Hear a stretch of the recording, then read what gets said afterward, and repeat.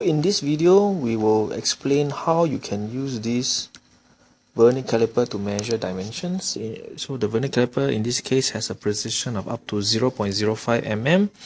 When the jaws are closed, make sure that the main scale 0 and the vernier scale 0 form a straight line.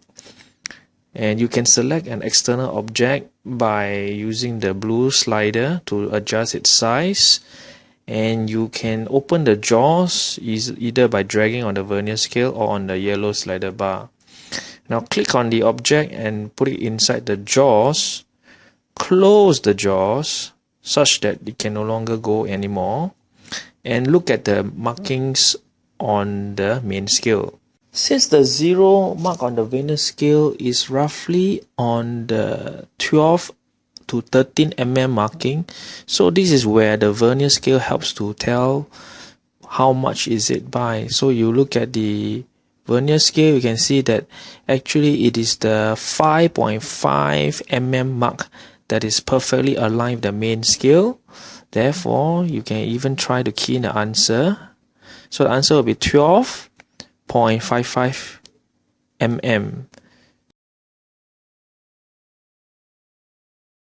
To take a new measurement, click on the reset button. So you can see sometimes in real life the vernier caliper could have a pre-existing error in the jaws. That means that when the jaws are perfectly closed, the measurement is not exactly at 0 mark. So in this example, the 0 error could be negative 0.2 mm, which means that the reading will be at negative 0.2, which is shown as 0.8, but it will be lesser than 0. So when you open the jaws, put in the object, and then now you take a new measurement. So the main scale is 11 plus the reading of 0.3. So you need to subtract the 0 error. So 11 plus 0.3 subtract negative 0.2. So you get 11.50 mm as your correct answer. So this vernier caliper simulation also can allow the student to measure internal measurements. So in this case, you can still use the same vernier caliper to take measurements of objects that look like a bow. Okay, so as shown in the green object. So you may also, as teachers, you may want to focus your students' attention, though this is not recommended for students, but you can do this in order for the students to look more closely at the markings.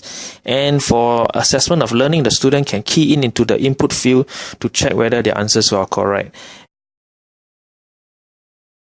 And again, by checking on the final answer, you can look at the answer is 19.45 mm. So the vernier caliper can also be used to measure depths, for example, test tubes.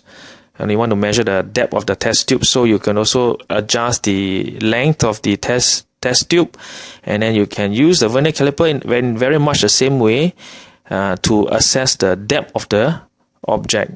So you can see in this case is 19.80, assuming that there are no 0 errors.